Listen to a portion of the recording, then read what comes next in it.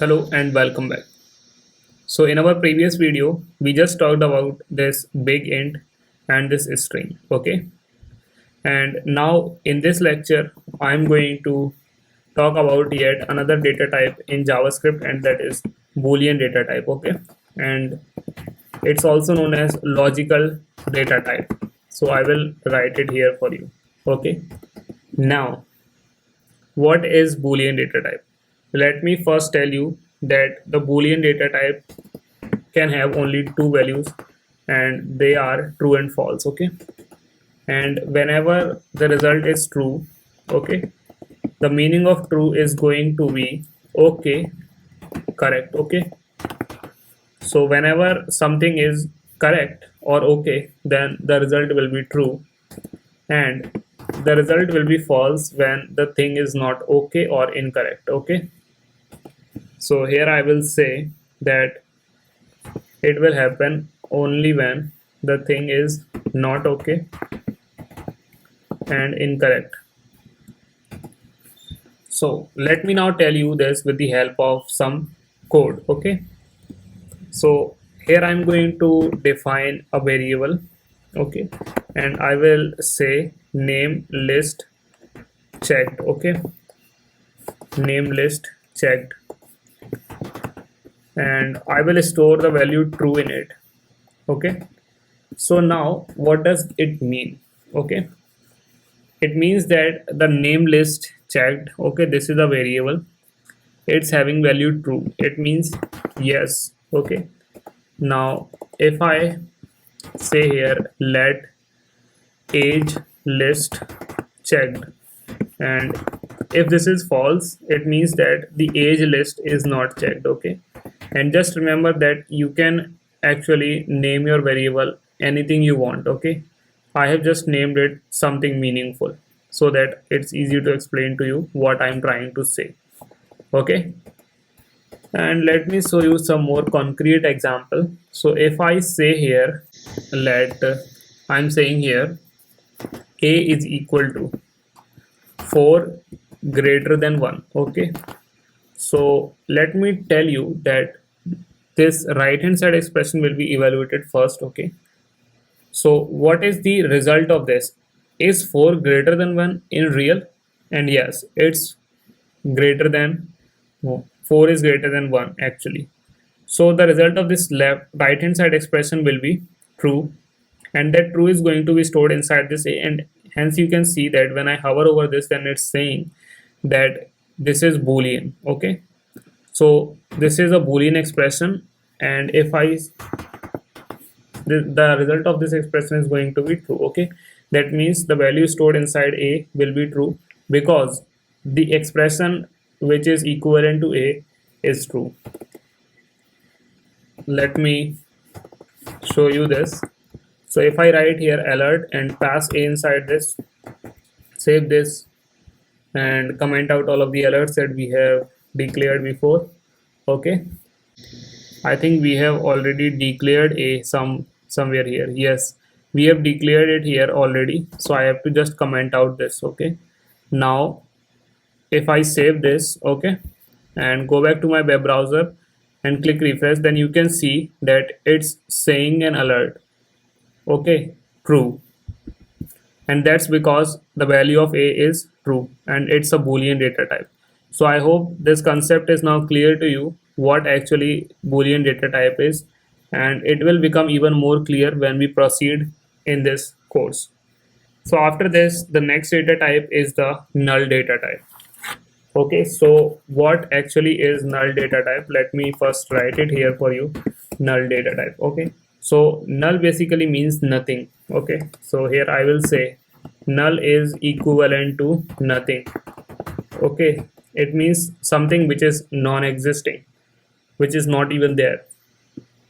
And the example of this is just let age equals null, okay. So if I now write here alert and then null, oh sorry, if I write here alert and then age and save this, before that comment out this alert, okay, save this, go back to your web browser and click refresh. Now you can see that it's saying null, Okay, so null is a special data type in JavaScript, and you must remember that in JavaScript, null is not a reference to a non-existing object or a null pointer like in any other programming language. Okay, and that's all about null operator, and that's all about null data type. After this, we have to study yet another data type, and that's very important in JavaScript, and it's known as undefined. So the meaning of undefined is that the value is not yet defined. Like, I want to explain it to you with an example. Okay, so here I will say let age equals, let age. Here I just declared my variable, and you know from a previous lecture that declaring a variable twice triggers an error, so I have to comment out this part of code, because otherwise this age variable will be declared twice. Okay, so I have just written here let age, and let's now see what is the value that's stored inside this age variable. So here I have written this alert statement saying alert age. Save this, go back to your web browser, and now you can see that it's saying undefined. Okay, just refresh it and it's saying undefined, and that's because I have not given any value to age. Okay, it means that the value of age is not yet defined, and that's why it's saying undefined. So undefined is a data type in JavaScript. And now let's say if now I'm saying age equals 100. Okay, age equals 100, and then again I'm saying alert age, then this time it's defined and it's going to show me 100. Okay, so comment out this alert, save this using Control S or Command S, go back to your web browser and click refresh, and now you can see that it's saying 100 because now its value has been defined.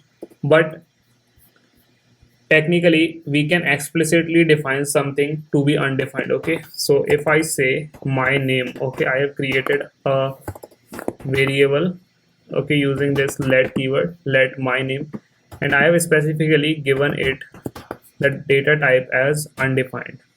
Okay, if you do not store anything inside this, then it's automatically going to be undefined, but you can explicitly define it as well. Okay, like here I have did. Okay, I have explicitly written that the value of my name is undefined. It means that it can have some value but it is not defined yet.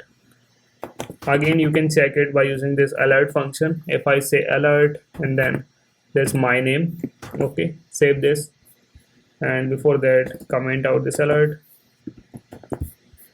and refresh your web page, and now you can see it's saying undefined, and that's simply because of this alert. Okay, my name, which I have specifically allotted undefined data type. And I hope this concept is now clear to you. So I just want to tell you that you can get handwritten notes for all of these things that I have taught you in this data type chapter.